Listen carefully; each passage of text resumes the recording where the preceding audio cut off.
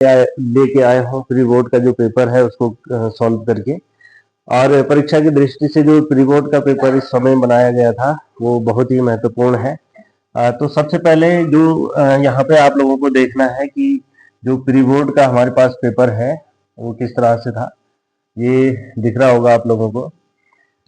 इसमें 6 क्वेश्चन मैंने जो है मल्टीपल चॉइस क्वेश्चन इसमें दिए थे। तो इसमें पहला क्वेश्चन से लेकर 6 क्वेश्चन तक मल्टीपल चॉइस क्वेश्चन 1 नंबर के थे। और दूसरा जो इसमें सेक्शन बी है, इसमें 7 से 20 तक जो क्वेश्चन है वह 1-1 नंबर के थे, 1 लाइनर क्वेश्चन थे। और इसके बाद जो सेक्शन सी था ये 2 नंबर के क्वेश्चंस थे, और सेक्शन डी 3 नंबर के क्वेश्चन थे, और सेक्शन जो ई है यहाँ 4 नंबर के क्वेश्चन थे। ये केस स्टडी बेस्ड जो है क्वेश्चन थे। तो आप लोगों को यहाँ पर ये समझना है कि जो ये क्वेश्चन पेपर है उसको मैंने किस तरह से यहाँ पे सॉल्व करा है। और बहुत सारे जो बच्चे हैं उन्होंने बिल्कुल ही यह क्वेश्चन पेपर बहुत ही नीरसता के साथ करा है। तो यहाँ पे ध्यान दीजिए आप सभी लोग। पहला क्वेश्चन था कि किसी बिंब का अवतल दर्पण द्वारा बने प्रतिबिंब की जो प्रकृति है वो आभासी है, सीधा है और बिंब से बड़ा पाया गया है। तो अवतल दर्पण में सबसे पहले ये ध्यान रखना है कि जनरली अवतल दर्पण अगर ध्रुव के परे और वक्रता केंद्र के परे जो अगर वस्तु रखी गई है तो वह इमेज जो है छोटी बनाता है और जो है उल्टी बनाता है और वास्तविक बनाता है। लेकिन यहाँ पे क्वेश्चन में पूछा गया है कि अवतल दर्पण द्वारा जो प्रतिबिंब है वह आभासी है। कैसा है?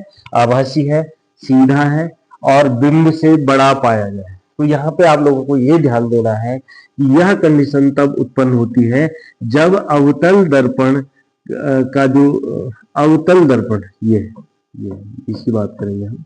अवतल दर्पण का जो मुख्य फोकस है, ठीक है, और ये क्या है? ध्रुव है, पोल है इसका। जब है पादप में जाइलम किस चीज के लिए उत्तरदायी होता है? तो मैंने आप लोगों को ट्रिक भी बताई है। जाइलम का क्या है? सीधे संपर्क किससे है? जल से है। जाइलम का जल और खनिजों का वहन करता है, ठीक है। शुद्ध जल का पीएच मान, अरे भाई जब जल मान खराब हो जाएगा, नहीं होगा क्योंकि इसका पीएच मान क्या है? 7 होता है। विद्युत धारा का एसआई मात्रक, कितनी बार आप लोगों को पढ़ाया मैंने कि विद्युत धारा का एसआई मात्रक एम्पियर होता है। क्या होता है? एम्पियर होता है। इसी तरह से निम्न में से कौन सा आहार श्रृंखला का निर्माण करते हैं? भाई घास, गेहूं, आम, ये तो सारी वनस्पति हो गए ना, सारे क्या हो गए? उत्पादक हो गए, ठीक है। लेकिन यहाँ पे आपको घास दिख रही होगी, घास को बकरी खाती है और बकरी को मनुष्य खाता है। तो एक तो ऑप्शन ये बिल्कुल सही है। दूसरे को बकरी, गाय, हाथी, इनका कोई कॉम्बिनेशन है। घास, मछली, बकरी ये सब शाकाहारी में है। तो मछली घास को नहीं खाती है, मछली को बकरी नहीं खाती है, तो ये भी ऑप्शन सही नहीं है। तो इसका ऑप्शन बी बिल्कुल राइट आंसर था कि जो घास इसका उत्पादक है, इसको जो है प्राथमिक उपभोक्ता यहाँ पर क्या है? बकरी है। और बकरी को कौन खा रहा है? मानव, जो कि क्या है? द्वितीयक उपभोक्ता है। इसी तरह से जो एथेन है, एथेन का जो अणुसूत्र है, तो सबसे पहले एथेन का हम अणुसूत्र बना लेते हैं। तो इसमें क्या है? 6 हाइड्रोजन है। 1 2 3 1 2 3, ठीक है। 6 हाइड्रोजन इसमें है। तो आप लोग देखेंगे कि 6 हाइड्रोजन इसमें है, तो 6 तो बॉन्ड ऑलरेडी हो गए, 6 संयोजक बॉन्ड, लेकिन एक कार्बन कार्बन के बीच भी है। तो इसका सही आंसर था 7। तो इस तरह से हमें किसी भी कोई भी आपके पास क्या आता है? फॉर्मूला आता है, तो उसको हमने क्या करना है? बॉन्ड निकालना है, बॉन्ड ज्ञात करने हैं। तो इसी तरह से आपको किसी और चीज का भी जो है आपको और भी फॉर्मूले पूछ सकता है, और उसमें सहसंयोजक आवंटन या डबल बॉन्ड की भी संख्या पूछ सकता है। तो आप लोगों को इसमें डरना नहीं है, बल्कि क्या यह है ब्लीचिंग पाउडर का जो है रासायनिक सूत्र है, क्या होता है? ब्लीचिंग पाउडर का रासायनिक सूत्र क्या होता है? ठीक है। तो यहाँ पे ब्लीचिंग पाउडर का रासायनिक सूत्र दिया गया है CaOCl2, कैल्शियम ऑक्सीक्लोराइड, ठीक है। कैल्शियम ऑक्सीक्लोराइड, तो ये ब्लीचिंग पाउडर का सूत्र है CaOCl2। इसको लिखना है आपने इस तरह से।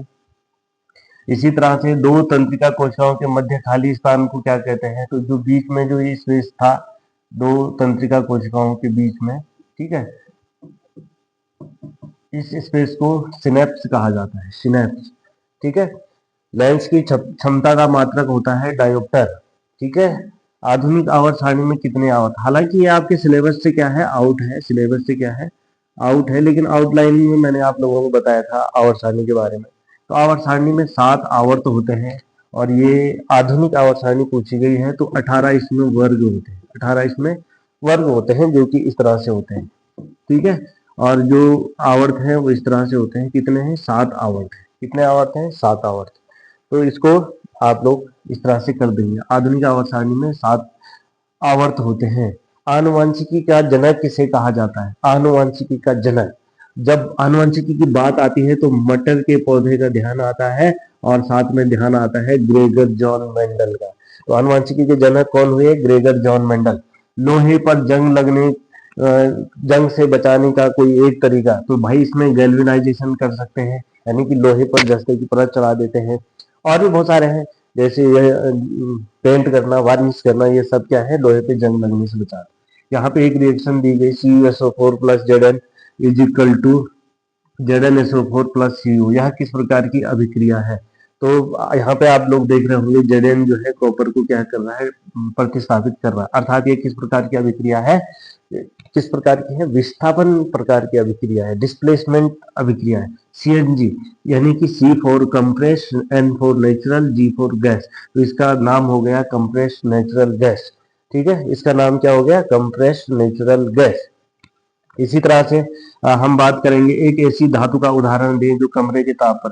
अरे भाई कितनी बार बताया आप लोगों को कि कमरे के ताप पर मरकरी ऐसी धातु है, मरकरी ऐसी धातु है, यानी कि पारा ऐसी धातु है जो कि द्रव अवस्था में पाई जाती है।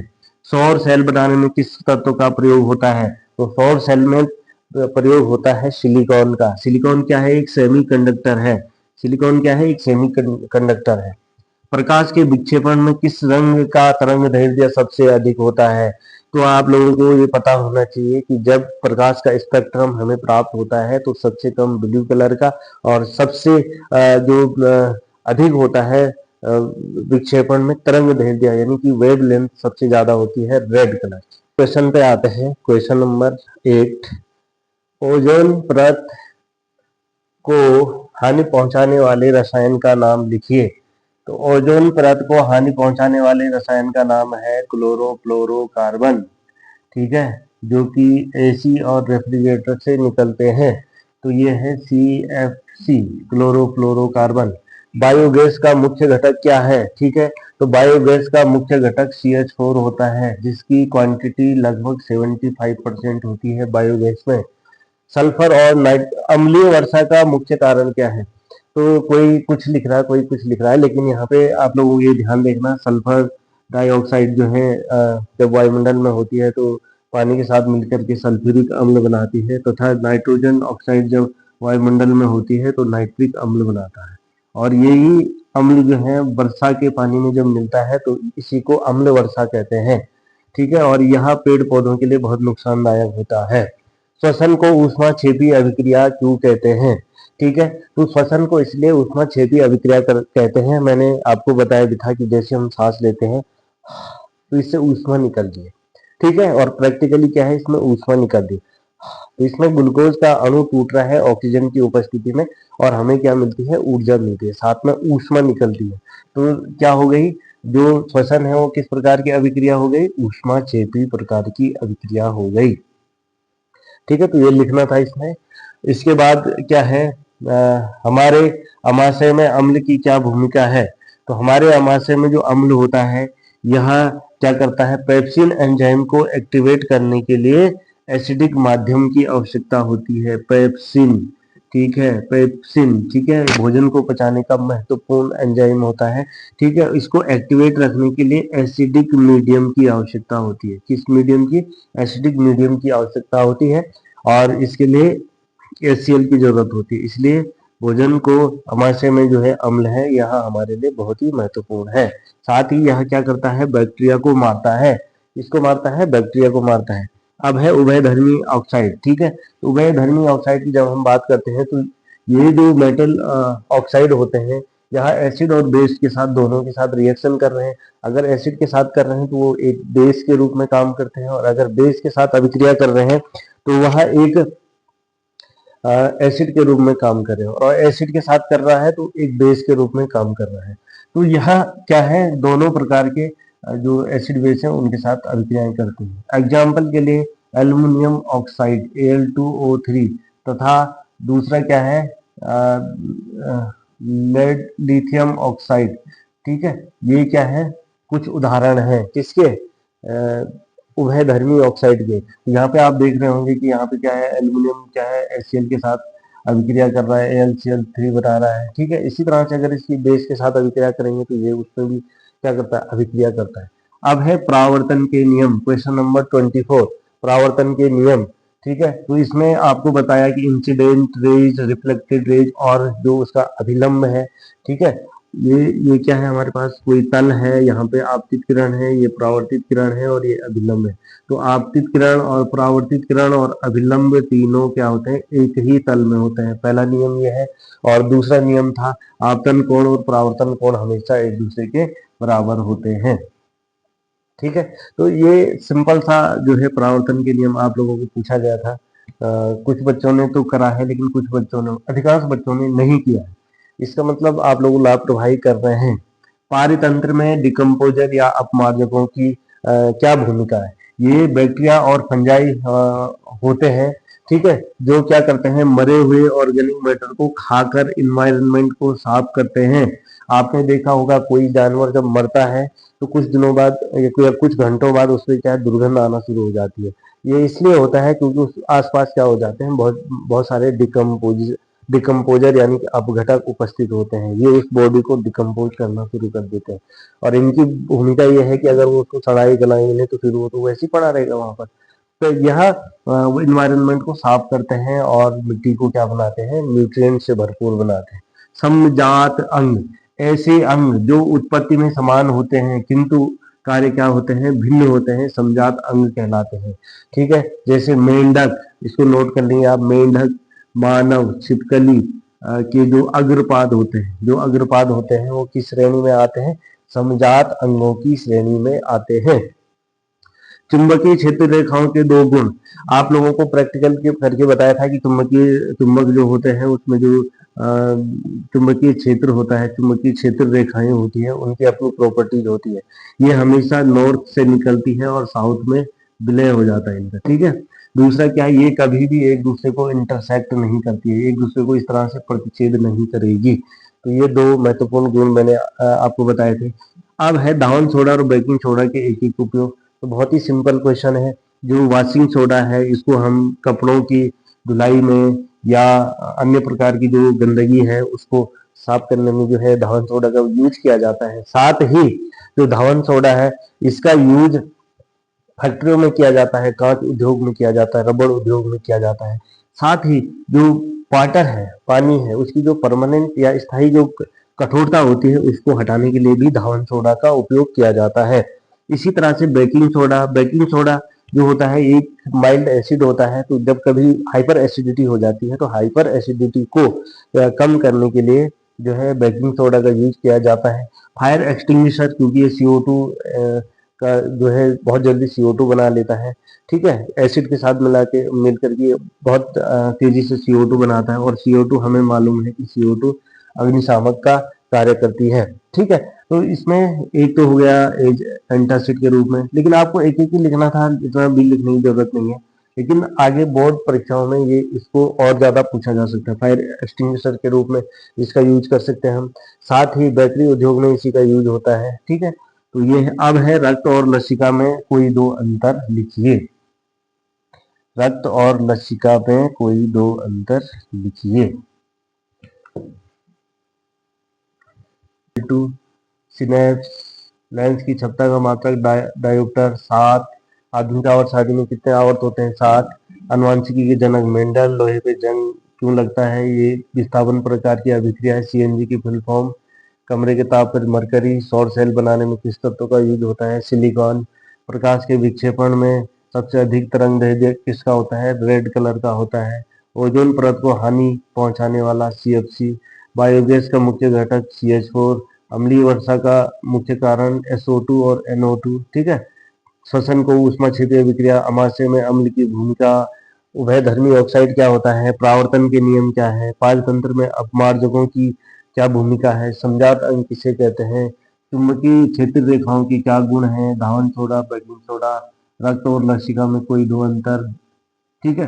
तो इतना जो है क्वेश्चन हमने कर लिया है। अब हम बात करते हैं आगे के क्वेश्चंस की।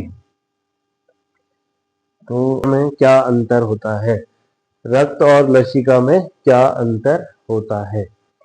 तो सबसे पहले जो रक्त है वह लाल कलर का होता है। लाल कलर मतलब उसमें हीमोग्लोबिन नामक रंजक पाया जाता है, ठीक है। और जब हम लसिका की बात करते हैं तो लसिका क्या होता है? कलरलेस होता है, इसमें कोई कलर नहीं होता, रंगहीन होता है या हल्का सा पीले कलर का होता है लसिका, ठीक है। तो ब्लड का जो महत्वपूर्ण कार्य है वह है जो यहाँ रेड कलर का होता है क्योंकि इसमें हीमोग्लोबिन होता है, और यहाँ ऑक्सीजन और CO2 का ट्रांसपोर्टेशन करता है। ये महत्वपूर्ण कार्य किसका है? ब्लड का है। और भी बहुत सारे कार्य ब्लड के बारे में बताया था, ठीक है। अभी जो रिवीजन क्लासेस में चला रहा हूँ उसमें ब्लड के पूरे काउंट के बारे में आप लोगों को बताऊंगा।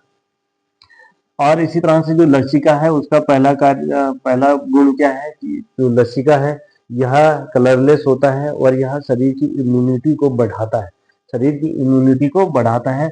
और ब्लड क्या है? भोजन का ट्रांसपोर्टेशन कर रहा है, मिनरल्स का कर रहा है, साथ में ऑक्सीजन की सप्लाई दे रहा है, ठीक है। और जो लिम्फ है, लसिका है, यह जो पची हुई जो वसा होती है उसकी ट्रांसपोर्टेशन करता है, ठीक है। तो यहाँ पर क्या है, लसिका और ब्लड में इस तरह से आपको दो दो, क्या लसिका और ब्लड के आपने दो दो गुणों को, दो दो जो कार्य है वो इस तरह से लिख लेते। इसके बाद करते हैं विभवांतर को मापने वाले यंत्र और उसका संयोजन बताइए, ठीक है। तो जो विभवांतर को मापने वाला जो यंत्र होता है इसको वोल्ट मीटर कहा जाता है, वोल्ट मीटर, ठीक है, वोल्ट मीटर, ये ध्यान रखना है। साथ ही इसे विद्युत परिपथ में उन दो बिंदुओं के बीच जिनका विभव ज्ञात करना होता है के बीच समांतर क्रम में जोड़ा जाता है, ठीक है। तो ये हो गया आपका विभवांतर को मापने वाले यंत्र का नाम और इसको कैसे जोड़ा जाता है। अब हम बात करते हैं संयोजन और वियोजन अभिक्रिया को उदाहरण सहित समझाइए।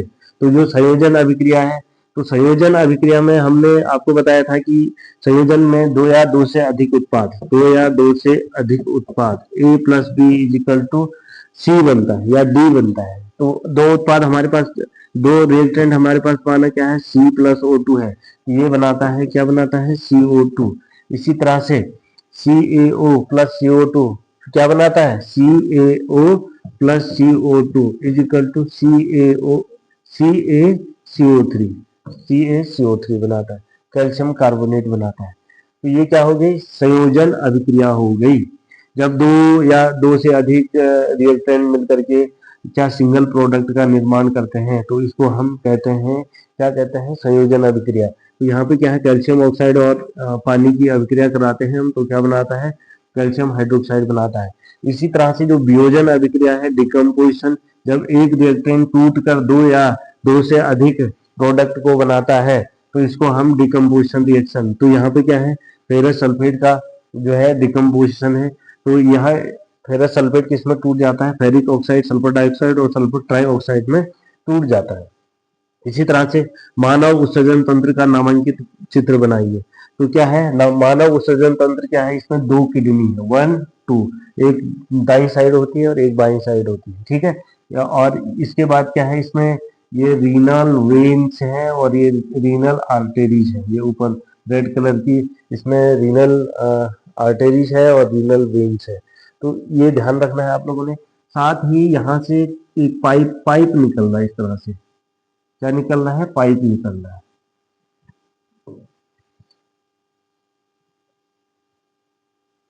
इसमें निकल रहा है पाइप, ये इस तरह से पाइप निकल रहा है, ठीक है। इस पाइप को कहते हैं यूरेटर, यूरेटर, मूत्र वाहिनी।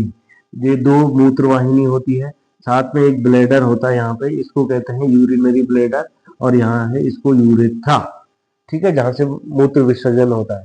तो यहाँ पे आप लोगों को ध्यान रखना है कि जो ये किडनी है इसमें बहुत सारे वृकर्ण होते हैं, और वृकर्ण ही जो ब्लड है उसका फिल्ट्रेशन करते हैं, और जो अपशिष्ट होता है उसको बाहर करते हैं, और जो आवश्यक मटेरियल होता है ब्लड में उसको पुनः ब्लड में भेजने का काम करते हैं। अब है ओम का नियम।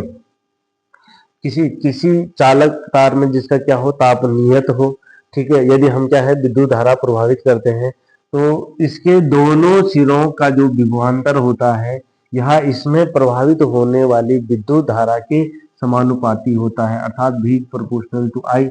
और यदि हम प्रोपोर्शनल हटा देते हैं तो ये हो जाता है V is equal to I into R, जहां पर R क्या है, प्रतिरोध।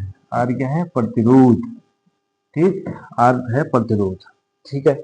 अब एक क्वेश्चन और आया था आपके पास, निकट दृष्टि दोष क्या है, क्योंकि जब हमें दूर निकट की वस्तुएं तो साफ दिखाई देती है लेकिन दूर की वस्तुएं अस्पष्ट दिखाई देती है, तो इसको हम निकट दृष्टि दोष या मायोपिया कहते हैं।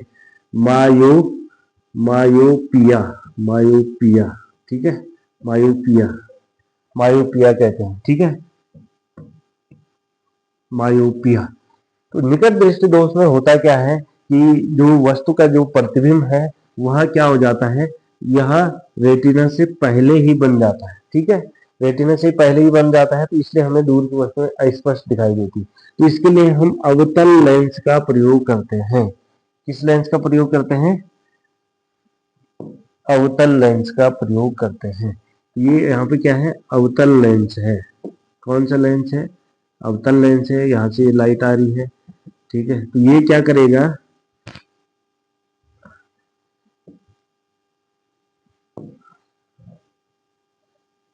ये इस लाइट को थोड़ा सा फैला देगा, यानी कि इस लाइट को थोड़ा सा फैला देगा, और फैलाने के बाद जब फिर इसमें रिफ्लेक्शन होगा तो इतना होगा कि यह जो प्रतिबिंब है इसको कहाँ, रेटिना पे फिक्स कर देगा। तो अवतल लेंस की सहायता से, अवतल लेंस की सहायता से जो है निकट दृष्टि दोष को दूर किया जा सकता है। और साबुनीकरण में क्या अंतर है, तो एस्टरीकरण क्या है, एक कार्बनिक अम्ल जैसे एथेनिक अम्ल और अल्कोहल की जो अभिक्रिया है, एथेनोइक अम्ल CH3COOH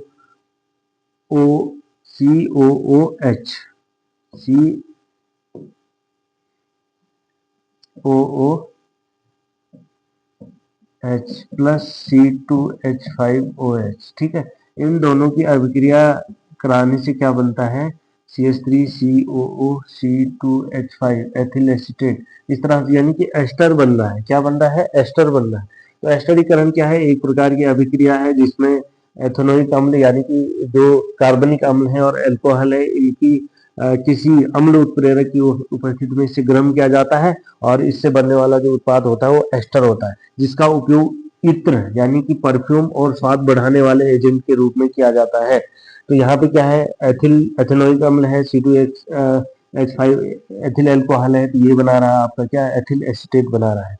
इसी तरह से जो साबुनीकरण की जो अभिक्रिया है, तो साबुनीकरण की अभिक्रिया क्या है, यह एस्टरीकरण की ठीक उल्टी अभिक्रिया है, जिसमें एस्टर की जो अभिक्रिया है सोडियम हाइड्रोक्साइड के साथ कराई जाती है, तो वापस अल्कोहल और कार्बोक्सिलिक अम्ल के सोडियम लवण बनते हैं। इसी सोडियम लवण को हम साबुन कहते हैं। ये यहाँ पे क्या है, कोई एस्टर है, इसकी अभिक्रिया हमने सोडियम हाइड्रोक्साइड से कराई, ये क्या बनाता है, सोडियम एसीटेट बनाता है, सोडियम एसीटेट बनाता है। इसी को हम क्या कहते हैं, साबुन कहते, सोडियम एथेनोएट, सॉरी इसमें CH3 भी होगा, सोडियम एथेनोएट बनाता है, जिसको हम क्या कहते हैं, साबुन कहते हैं।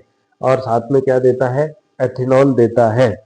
यहाँ पर हमें ये ध्यान देना है कि जो ये रिएक्शन है, जो एस्टरीकरण की अभिक्रिया है और साबुनीकरण की अभिक्रिया, इसको अलग अलग जिस तरह से एग्जाम में पूछा जाए उस तरह से आपने इसको अलग अलग कैटेगराइज करके आंसर लिखना है। तो पॉइंट वाइज आप आंसर लिखेंगे तो अच्छे नंबर आपको बोर्ड में मिलेंगे, ठीक है। इसी तरह से आप पादप हार्मोन क्या है, किन्हीं दो के नाम देखो, फाइटो हार्मोन, ये भी क्या है, ये कार्बनिक रसायन पदार्थ होते हैं जो बहुत कम मात्रा में उत्पन्न होते हैं, जो कि पौधों की वृद्धि, विकास, पर्यावरण के प्रति उनकी क्या अनुक्रिया है, ठीक है, पौधों में जंतुओं की तरह तंत्रिका तंत्र तो नहीं होता है, लेकिन इन जो समस्त नियंत्रण है ये पादप हार्मोन के द्वारा होता है। तो प्रमुख पादप हार्मोन के नाम क्या है? साइटोकाइनिन, एक प्रकार का ग्रोथ हार्मोन है साइटोकाइनिन, ठीक है। एब्सिसिक एसिड ABA, तो ये एब्सिसिक एसिड क्या है? ये पादप ग्रोथ को इनहिबिट करता है, ठीक है। इसी तरह से जिब्रेलिन, ठीक है। साथ में क्या है? ऐसा हार्मोन जो गैसीय अवस्था में होता है, तो एथिलीन लिख सकते हैं आप, एथिलीन, एथिलीन, ठीक है। तो इस तरह से हमने एग्जाम में यह क्या करना है? क्वेश्चन सॉल्व करने हैं, क्वेश्चन सॉल्व करने हैं। तो आप लोग इस तरह से हार्मोन्स के बारे में मैंने आप लोगों को बताया था। तो इसमें कुछ और भी है। ऑक्सिन है, यह मुख्य रूप से पौधों की जो जड़ें होती है या शिखर टिप्स होती है उसके ऊपर हिस्सों में बनता है, या कोशिकाओं की लंबाई में वृद्धि करता है। प्रकाशानुवर्तन, प्रकाश की ओर मुड़ना, इसको नियंत्रित करता है। फलों की वृद्धि को प्रेरित करता है। साथ ही एब्सिसिक एसिड या तनाव हार्मोन भी कहलाता है, क्योंकि यह प्रतिकूल परिस्थितियों में पौधों की रक्षा करता है। यह अन्य हार्मोन की विपरीत जो है ये वृद्धि रोधक है, यानी कि यह ग्रोथ को इनहिबिट करता है। ग्रोथ को क्या करता है? इनहिबिट करता है। तो ये ध्यान रखना है सभी ने। -1/u, तो u क्योंकि u दर्पण के इस ओर रखा गया है, तो यह -10 में आएगा। तो 1/v यानी कि 1/v इज इक्वल टू हो जाएगा 1/15 माइनस 1/10, माइनस में माइनस आ जाएगा, ये प्लस हो जाएगा, यहाँ पर प्लस का प्लस। तो ये हो जाएगा आपका क्या होगा? v इज इक्वल टू आ जाएगा, इसको जब हम उलट करेंगे तो ये हो जाएगा +30, यानी कि जो वस्तु रखी गई है वह दर्पण से कितनी दूर रखी है? 30 सेंटीमीटर की दूरी पर रखी गई, यानी कि 10 सेंटीमीटर की दूरी पर रखी गई है वस्तु। और यह वस्तु, इसका जो प्रतिबिंब है वह दर्पण के पीछे 30 सेंटीमीटर दूरी पर बनेगा। कितनी दूरी पर बनेगा? 30 सेंटीमीटर की दूरी पर बनेगा, ठीक है। अब प्रकृति, क्योंकि v का मान धनात्मक है इसलिए प्रतिबिंब आभासी होगा और सीधा होगा, आभासी होगा और सीधा होगा। सीधा क्योंकि अगर जब हम जो साइन के इसमें देखते हैं, अगर प्रतिबिंब क्या है? सीधा है, ऊपर को लंबाई है तो प्लस में आता है। तो वस्तु का जो दूरी है वो प्लस में रखी गई है। दूसरा क्या है? प्रतिबिंब प्लस में है, तो क्या होगा? यहाँ जो दर्पण है उसके पीछे बनेगा। कहाँ बनेगा? दर्पण के पीछे।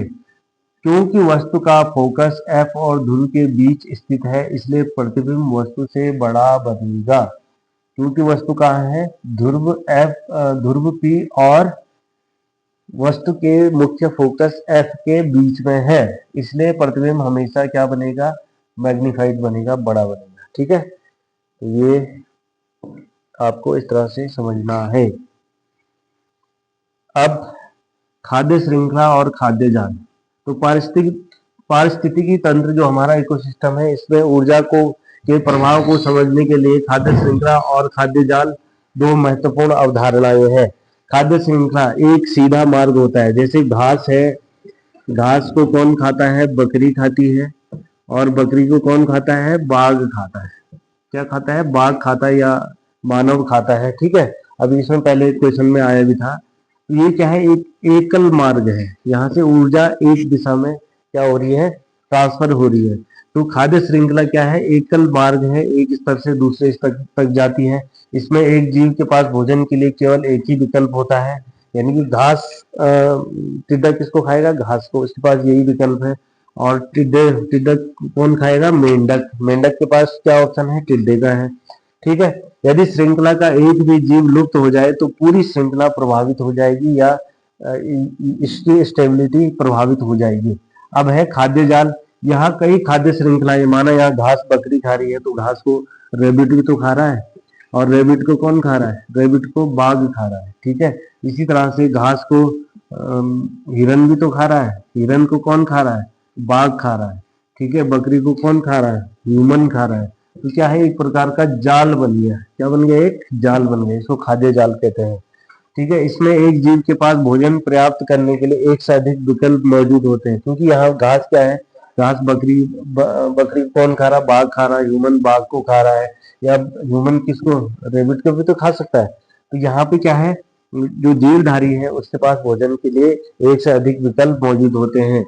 यदि एक जीव लुप्त हो जाए खाद्य जाल में तो उसके पास एक से अधिक विकल्प उपस्थित है, इसलिए यहाँ खाद्य जाल क्या होता है, अधिक स्थिर होता है।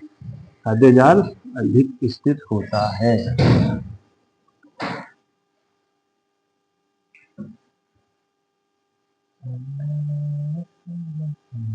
प्रकार के कुछ क्वेश्चन इस प्रकार के दिए गए हैं जो कि केस स्टडी बेस पे है। तो यहाँ पे क्या है, पहला क्वेश्चन इसमें दिया गया है, ये 4 नंबर के क्वेश्चन में दिए गए हैं। मेंडल के मटर के प्रयोगों में F1 और F2 पीढ़ी के परिणामों की व्याख्या कीजिए। तो सबसे पहले मेंडल ने एक संकर क्रॉस जब करा था तो मेंडल ने विपरीत लक्षणों वाले शुद्ध पौधों को चुना था, शुद्ध लंबा पौधा और शुद्ध बोला पौधा। जब F1 पीढ़ी में इन्होंने संकरण करा था तो संकरण करने के बाद F1 पीढ़ी में सभी पौधे लंबे थे। ठीक है, इनका जीनो टाइप जो है, सभी पौधे विषम हेट्रोजाइगस यानी कि टी और टी यानी कि दोनों में क्या थे, हेट्रोजाइगस थे। और फिनोटाइप यानी कि फिनोटाइपिक जो रेशियो था उसमें देखा गया कि सभी पौधे लंबे थे। इसी आधार पर मेंडल ने प्रभाविता का नियम दिया था। प्रभाविता का नियम क्या कहता है, लॉ ऑफ डोमिनेंस ये कहता है कि प्रथम पीढ़ी में सिर्फ प्रभावी लक्षण ही प्रकट होते हैं, जबकि अप्रभावी लक्षण यानी कि जो बौनापन है वो छुप जाता है। दूसरी पीढ़ी के जो परिणाम था, तो दूसरी पीढ़ी में स्वतंत्र रूप से इन बीजों को बोया गया और देखा गया कि दूसरी पीढ़ी में 75-25 के रेशियो में क्या हो गया, शुद्ध लंबे पौधे, यानी कि 75% जो है लंबे पौधे थे और 25% जो पौधे थे वो बौने थे। यानी कि जो फिनोटाइपिक रेशियो था वो क्या था, 3:1 का रेशियो इसमें था। तो ये है केस स्टडी बेस्ड का नियम दिया था और F1 F2 पीढ़ी में जो ये देखा था। तो यहाँ पे केस स्टडी में आपको ये बातें स्पष्ट रूप से परीक्षा में लिखनी पड़ेगी कि युग्मक बनते समय लक्षणों के कारण एक दूसरे से अलग हो जाते हैं, जिससे F2 पीढ़ी में छिपा हुआ लक्षण वापस दिख जाता है। अर्थात लक्षणों का संचरण जो एक पीढ़ी से दूसरी पीढ़ी में हो रहा है, इसमें जो बोनापन है पौधे का वो गायब नहीं हुआ था बल्कि केवल दब गया था। शुद्धता, युग्मकों की शुद्धता का नियम, अर्थात युग्मक हमेशा किसी एक लक्षण के लिए शुद्ध होते हैं। ये इसी से आया कि वो लक्षण सिर्फ छिपा था, गायब नहीं हुआ था। ठीक है, तो ये आपको इसमें देखना है। पुनेट वर्ग द्वारा जो इसका प्रदर्शन किया गया था कि टी है और इसके जो लक्षण है टी टी और जो स्मॉल टी है, इसके साथ जो युग्मक बन रहे हैं वो क्या है, एक दूसरे के साथ इस तरह से जुड़े रहते हैं। यह तालिका स्पष्ट करती है कि F2 पीढ़ी में 25% शुद्ध लंबे पौधे, 50% संकर लंबे और 25% शुद्ध बौने पौधे थे। तो इसका जो रेशियो है किसके आधार पर, युग्मकों की शुद्धता के आधार पर इसका जो रेशियो है वह 1:2:1 है, 1:2 यानी कि 25 का जो रेशियो है ये बताता है। अब है नेक्स्ट क्वेश्चन है, घरेलू परिपथ में फ्यूज का महत्व और समांतर क्रम में संयोजन के लाभ बताइए। तो समांतर क्रम में यहाँ पे आप लोगों को ये थोड़ा सा ये ध्यान देना है, यहाँ पे जो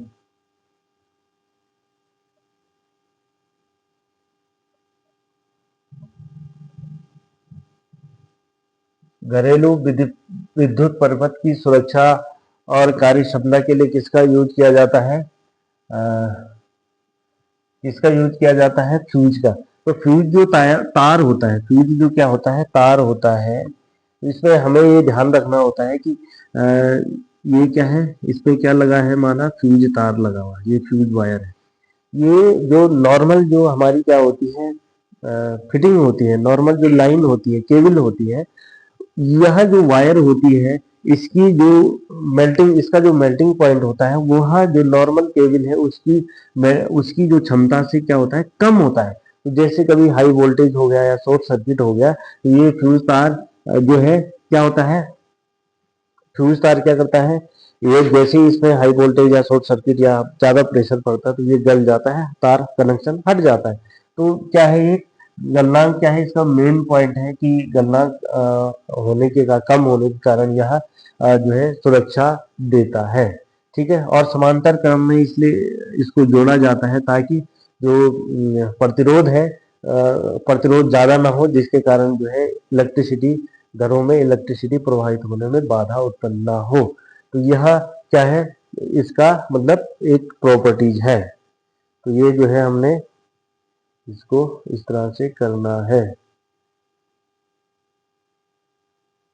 तो ये है, तो ये समांतर क्रम दोनों ही अनिवार्य है, क्योंकि घरेलू परिपथ में क्या है इसका गलनांक कम होता है, मिश्र धातु जैसे टिन और शीशा के तार से बना होता है। जब परिपथ में सुरक्षित सीमा से अधिक धारा प्रभावित होती है तो फ्यूज का तार गर्म होकर पिघल जाता है और परिपथ टूट जाता है। उपकरणों की सुरक्षा, इससे महंगे इलेक्ट्रॉनिक उपकरण जैसे टीवी, फ्रिज, एसी जलने से बच जाते हैं और घरेलू घरों में आग लगने का खतरा टल जाता है। घरेलू परिपथ में समांतर क्रम में जोड़ने का जो लाभ है, घरेलू वायरिंग में सभी उपकरणों जैसे बल्ब, पंखे, सॉकेट को समांतर क्रम में जोड़ा जाता है। इसके मुख्य लाभ जो होते हैं, एक तो इसमें रुकावट नहीं होती है, और समांतर क्रम में क्या होता है कि जो प्रतिरोध है वो डिस्ट्रीब्यूट हो जाता है, जिससे कि इलेक्ट्रिसिटी में रुकावट उत्पन्न कम होती है। स्वतंत्र इंडिपेंडेंट इसका ऑपरेशन होता है। ठीक है, तो ये आपने इसको इसमें समझना है। हमें प्रत्येक उपकरण के लिए अलग अलग स्विच होता है। यदि एक बल्ब खराब हो जाए या उससे बंद कर दिया जाए तो बाकी उपकरणों पर इसका कोई प्रभाव नहीं पड़ता है। तो ये ध्यान रखना है कि एक उपकरण अगर बंद हो गया तो बाकी सर्किट चलते रहेंगे। इसलिए घरेलू परिपथों को जो समांतर क्रम में जोड़ा जाता है। तो श्रेणी क्रम में एक उपकरण बंद हो गया तो पूरा सिस्टम जो है बंद हो जाता है। समान विभवांतर, समांतर क्रम में सभी उपकरणों को समान वोल्टेज मिलता है। इससे हर उपकरण अपनी पूरी क्षमता और शक्ति के साथ कार्य करता है। कुल प्रतिरोध में कमी, समांतर क्रम में प्रतिरोध का संयोजन करने से जो कुल रेजिस्टेंस है उसमें कमी आ जाती है, क्योंकि प्रतिरोध डिस्ट्रीब्यूट हो जाता है समांतर क्रम में। ठीक है, तो यह है इसकी अगर हम तुलना करेंगे तो वोल्टेज सभी उपकरणों में विभाजित रहता है।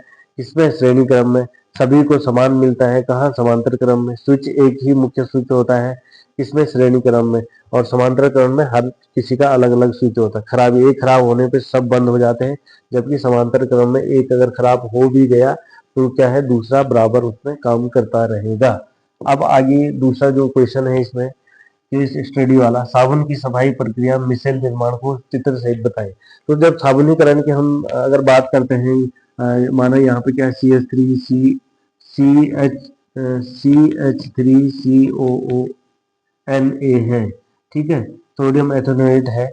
तो क्या है इसमें एक सिरा पॉजिटिव है, एक निगेटिव वाला सिरा है। तो निगेटिव वाला ये यहाँ नहीं, तो एक पॉजिटिव है एक नेगेटिव। जो पॉजिटिव है जल रागी सिरा है और जो नेगेटिव है वो जल विरागी सिरा है। तो इसमें क्या होता है, एक जल रागी सिरा होता है जो कि पानी में घुलनशील पदार्थों को घोलता है, उनको अलग रखता है। और जो जल विरागी सिरा है, यहाँ क्या है हाइड्रोकार्बन की लंबी श्रृंखला होती है जो जल से दूर भागती है, लेकिन तेल या ग्रीस मेल में घुलनशील होती है, और घुलनशील होने के कारण ये इसमें क्या होते हैं मिल जाती है। तो ये यहाँ पे हमें ये ध्यान देना है कि जो साबुन है उसका जो जल रागी और जल विरागी सिरा है वह वाटर सोल्यूबल और वाटर इनसोल्यूबल जो अशुद्धियां हैं उनको घोलने का काम करता है, और इस तरह से कपड़ों की सफाई करता है। तो सर ने क्या बताया है। ठीक है, अब हम बात करते हैं जो साबुन है उसमें मिसेल कैसे बनता है। तो गंदगी के चारों ओर यहाँ पे क्या है मिसेल, मिसेल का बन गंदगी के चारों ओर साबुन गोलाकार गुच्छा बना लेते हैं जिससे गंदगी बीच में फंस जाती है। ये गुच्छा आप लोगों को दिख रहा होगा। तो ये जल रागी सिरा जो पॉजिटिव पॉइंट है, और जो निगेटिव पॉइंट है जल विरागी सिरा है। यहाँ पे क्या है ये गंदगी है, और इसने क्या है एक गुच्छा बना दिया इसमें। ये मिसेल कितनी अच्छी फोटो जो है मैंने जेमिनी के माध्यम से ली है। तो आप लोग इसको देखेंगे तो कितना अच्छा इसमें डायग्राम बना है। पॉजिटिव सिरा, नेगेटिव सिरा, जो इसकी टेल है, ये जो गंदगी है मैल है इसके चारों ओर क्या बना देता है एक गुच्छा बना देता है, और जो मैल है उसको घोल देता है। क्योंकि एक एमल्सन बना है, बाहरी सिरों पर समान आवेश नेगेटिव चार्ज होता है, इसलिए एक दूसरे को प्रतिकर्षित करते हैं। ठीक है, और पानी में अवक्षेप बनकर नीचे नहीं बहते एवं पानी के ऊपर तैरते रहते हैं। जब हम कपड़ों को रगड़ते हैं या पानी में खंगालते हैं तो पानी के साथ साथ जो मिसल है गंदगी को लेकर कपड़े से अलग होकर बाहर निकल आते हैं।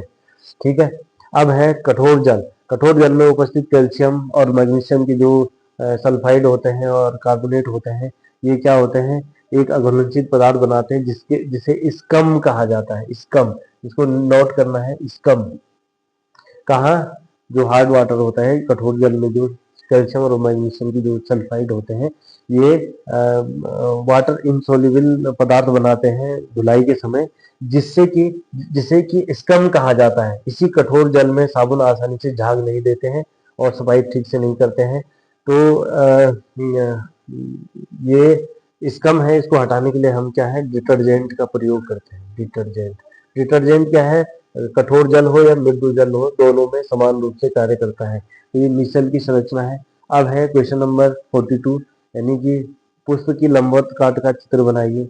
ये आपको दिख रहा होगा, ये एक पुष्प है, ये इसकी क्या है, पंखुड़ियां हैं, ये जो कलरफुल होती है। ये कीट पतंगों को आकर्षित करने के लिए जो है काम करती है। ये बाह्य दल है इसके। ठीक है, ये पुष्प वृंत है, ये पुष्पासन है। ये क्या है, पिस्टिल या इसको स्त्री केसर भी कहते हैं। ठीक है, ये ऊपर का सिरा है स्टिग्मा, या इसको वर्तिकाग्र कहा जाता है। ये वर्तिक्रा है, ये ओवरी है। तो इस तरह से हमने परीक्षा में जो क्या है, पुष्प है उसका अनुप्रस्थ काट का, अनुदैर्ध्य काट का चित्र इस तरह से, अनुदैर्ध्य काट का चित्र इस तरह से बना रहा है। तो मुझे ये पता है कि आप लोगों को ये समझ में आया होगा। Thank you.